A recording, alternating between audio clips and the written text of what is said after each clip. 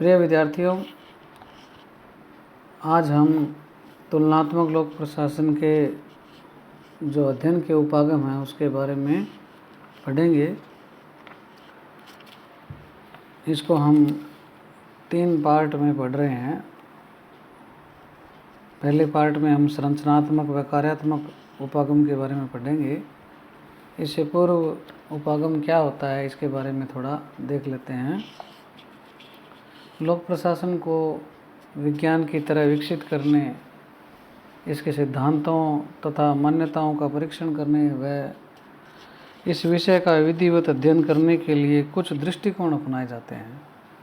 उन दृष्टिकोणों को ही क्या कहते हैं? हम उपागम कहते हैं। तो सब्जेक्ट का विकास करने के लिए, सिद्धांतों और मान्यताओं का परीक्षण करने के लिए जो दृष्टिकोण हैं वो क्या कहलाते हैं? उपागम कहलाते हैं। इस कड़ी में आपके सिलेबस में क्या है, जो उपागम है वो उसका हम अध्ययन करेंगे। आज हम करेंगे संरचनात्मक व प्रकार्यात्मक उपागम, स्ट्रक्चरल एंड फंक्शनल अप्रोच।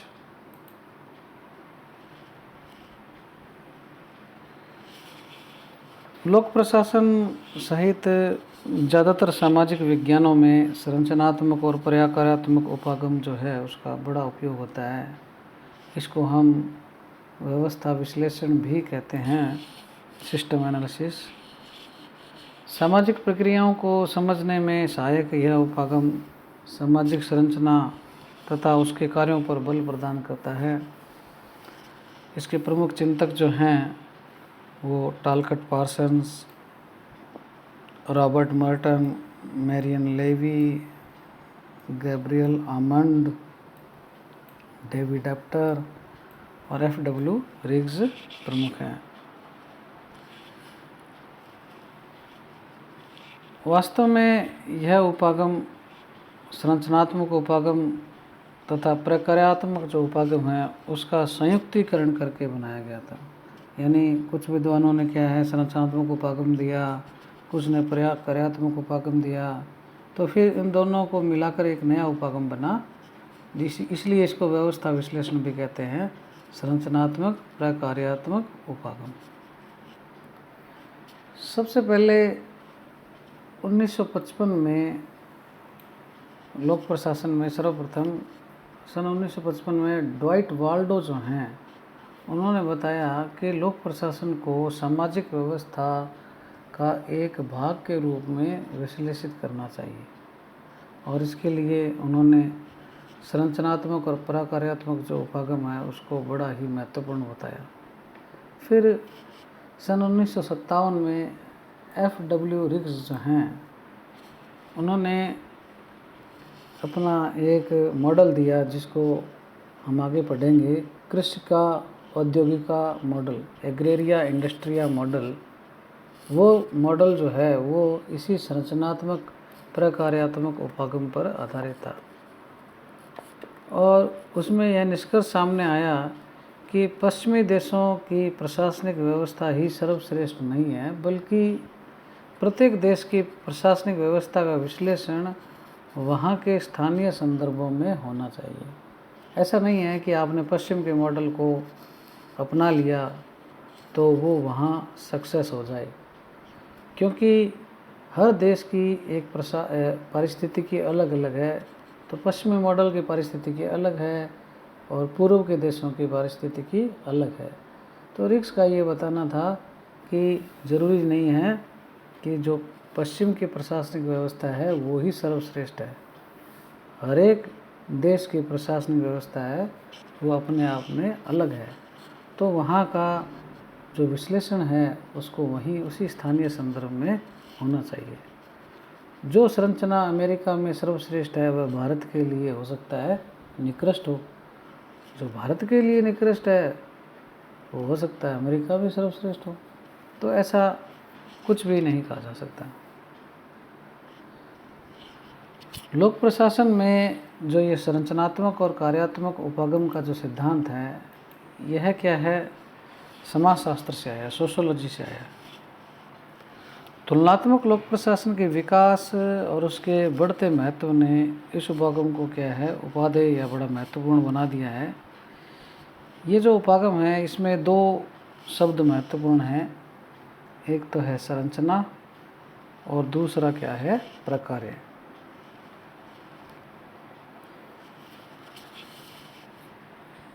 समस्त प्रकार की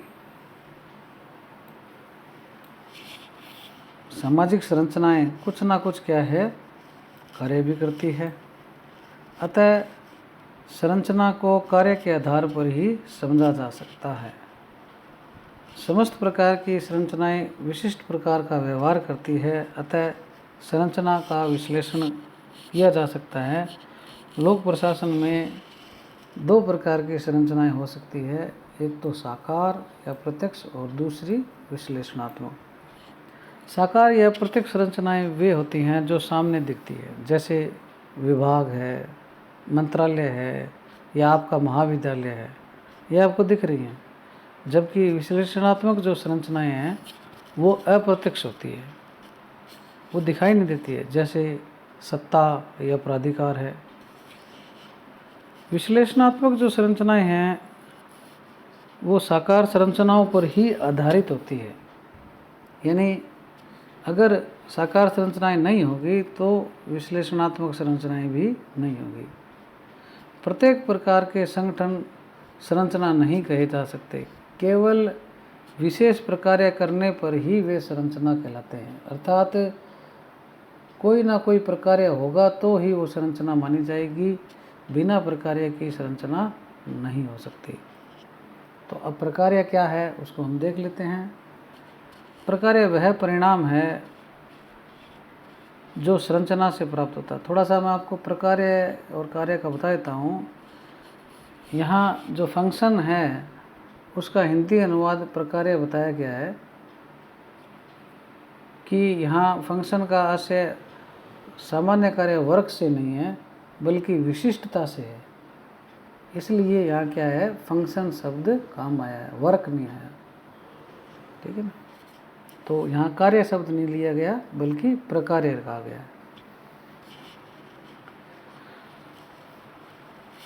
तो प्रकार्य जो है वो क्या है, वह परिणाम है जो संरचना से प्राप्त होता है, क्योंकि संरचनाएं कुछ ना कुछ करती है तो वही उसका क्या होता है प्रकार्य होता है। एक प्रकार्य संरचना को बनाए रखने तथा उसे विकसित करने वाला ऐसा क्रिया प्रतिमान है जो नियमित रूप से होता रहता है। कुछ विद्वानों का मानना है कि प्रकार्य बहुधा विकार्यात्मक अर्थात नकारात्मक भूमिका भी निभा सकता है, लेकिन प्रकार्य की श्रेणी में उन्हीं परिणामों को गिना जाना चाहिए जो किसी व्यवस्था को बनाए रखने या विकसित करने में सहायक हो तथा जो नियमित रूप से घटित होते हैं। समाजशास्त्रियों के अनुसार प्रकार्य का अर्थ दो या दो से अधिक संरचनाओं के मध्य अंतर्निर्भरता के प्रतिमानों से है। यह विभिन्न प्रकार के जो चर हैं या विभिन्नताएं हैं उनके मध्य अंतर संबंधताओं को भी दिखाता है। एक संरचना का दूसरी संरचना पर पड़ने वाले प्रभाव भी प्रकार्य की श्रेणी में आते हैं। यह आवश्यक नहीं है कि हमेशा संरचना तथा प्रकार्यों के मध्य प्रत्यक्ष व गहरा संबंध हो। इसी प्रकार एक समान संरचनाएं हमेशा एक समान कार्य करें यह भी जरूरी नहीं है। अनुभवात्मक जो अनुसंधानों के आधार पर संरचना तथा प्रकार्य का आपसी प्रभाव ढूंढा जाता है। एक संरचना से कई प्रकार के प्रकार्य निष्पादित हो सकते हैं, उसी प्रकार एक प्रकार्य कई प्रकार की संरचनाओं के द्वारा भी निष्पादित हो सकता है। इस प्रकार ये जो संरचनात्मक और प्रकार्यात्मक उपागम है यह बताने का प्रयास करता है कि समान प्रकार की संरचनाएं विभिन्न प्रकार के पर्यावरण में एक समान प्रकार्य निष्पादित नहीं करती। समान प्रकार की संरचनाएं विभिन्न प्रकार के पर्यावरण में एक समान प्रकार्य निष्पादित नहीं करती, यानी पर्यावरण की विभिन्नता के कारण प्रकार्य भी अलग अलग हो जाते हैं। प्रकार्यों को हम क्या है दो भागों में बांट सकते हैं, प्रकट प्रकार्य और गुप्त प्रकार्य। प्रकट को अंग्रेजी में हम कहेंगे मैनिफेस्ट और गुप्त को हम कहेंगे लेटेंट। समाजशास्त्री रॉबर्ट मर्टन के अनुसार प्रकट प्रकार्यों का संबंध जो है उन क्रिया प्रतिमानों से है जिनके परिणामों को उनके करने वाले चाहते हैं तथा मान्यता देते हैं, जबकि गुप्त प्रकार्य उन क्रिया प्रतिमानों को या उन कार्यों को कहा जाता है जिनके परिणामों को उनके करने वाले न तो चाहते हैं और न ही मान्यता देते हैं। इस आधार पर यदि प्रशासनिक संरचनाओं के प्रकारों का अध्ययन किया जाए तो बहुत से सार्थक निष्कर्ष सामने आते हैं। प्रत्येक प्रकार के प्रकार्य सभी प्रकार की सामाजिक तथा प्रशासनिक संरचनाओं द्वारा निष्पादित नहीं किए जाते। किसी समाज में कुछ प्रकार्य पूर्व शर्त होते हैं तो कुछ में क्या है प्रकार्य आवश्यकता होते हैं। ये प्रकार्य विभिन्न प्रकार के पर्यावरणीय संदर्भों में संरचना को समझने में सहायक सिद्ध होते हैं। रिग्स के अनुसार किसी भी समाज में 5 प्रकार के प्रकार्य अवश्य होते हैं: आर्थिक, सामाजिक, संरचनात्मक, प्रतीकात्मक तथा राजनीतिक। सभी समाजों के आवश्यक प्रकार्य हैं क्योंकि मनुष्य का व्यवहार तथा आवश्यकताएं मूलतः इन्हीं पक्षों से जुड़ी हुई है। रिग्स ने इन्हीं 5 प्रकार्य, ये जो 5 प्रकार्य बताए हैं रिग्स ने, आर्थिक, सामाजिक, संरचनात्मक, प्रतीकात्मक और राजनीतिक, रिग्स के अनुसार यही 5 प्रकार्य प्रशासनिक उपव्यवस्थाओं को समझने के लिए आवश्यक है। तो संरचनात्मक जो प्रकार्यात्मक उपागम है उसकी कुछ विशेषताएं भी हैं या मान्यताएं हैं, उनको हम क्या है थोड़ा देखते हैं। प्रत्येक सामाजिक व्यवस्था में अनेक प्रकार की संरचनाएं होती है। अब संरचनाएं वही होंगी जो कुछ ना कुछ क्या है प्रकार्य करेंगी। बिना प्रकार्य के संरचना नहीं मानी जाएगी। संरचनात्मक प्रकार्यात्मक उपागम में वही संरचना अध्ययन योग्य है जो कुछ प्रकार्य करती है। तो सामाजिक व्यवस्था में अनेक प्रकार की संरचनाएं होती है और संरचनाएं क्या करती हैं, कुछ प्रकार्य भी करती है। सामान्यतः संरचना तथा प्रकार्य क्या है आपस में जुड़े हुए होते हैं, संबंधित होते हैं, क्योंकि प्रकार्य होने पर ही संरचना का अस्तित्व माना जाता है। प्रत्येक संगठन तब तक संरचना नहीं माना जाएगा जब तक कि उसमें कुछ विशेष प्रकार्य न हो, ये मैं बता चुका हूँ। प्रशासनिक संरचनाओं को समझने के लिए प्रकार्यात्मक निर्भरता पर बल देता है, यानी संरचनाओं को समझना है तो उसके प्रकारों को भी समझना होगा। प्रत्येक संरचना में उसकी उपादेयता यानी उसका जो महत्व है, उसका विकास जो है, उसका जो औचित्य है, उसके लिए सामान्यतः क्या होते हैं, कुछ प्रकार्य होते हैं। प्रकार्य और संरचना आपस में अंतर संबंधित हैं और यह क्या एक मूल्य निरपेक्ष है, स्वतंत्र उपागम है। इसके पश्चात संरचनात्मक प्रकार्यात्मक उपागम जो है उसकी आलोचना भी है, कुछ उसकी कमियां हैं। पहला तो ये है कि यह उपागम अपने आप में क्या है, रूढ़िवादी है, क्योंकि इसमें पर्यावरणीय परिवर्तनों के प्रति क्या है, उदासीनता है, जबकि परिवर्तन क्या है, सृष्टि का नियम है। यह उपागम किसी व्यवस्था के बारे में यह नहीं बता सकता कि किस परिस्थिति में वह संधारित होती है। तीसरा, प्रत्येक संरचना या व्यवस्था के संदर्भ में प्रकार्यों की व्याख्या करना कठिन है। यह उपागम प्राकृतिक संरचनाओं के पक्ष में तथा कृत्रिम संरचनाओं के क्या है, ये विरुद्ध है। तो इस प्रकार से क्या है, इसकी ये कुछ कमियां हैं।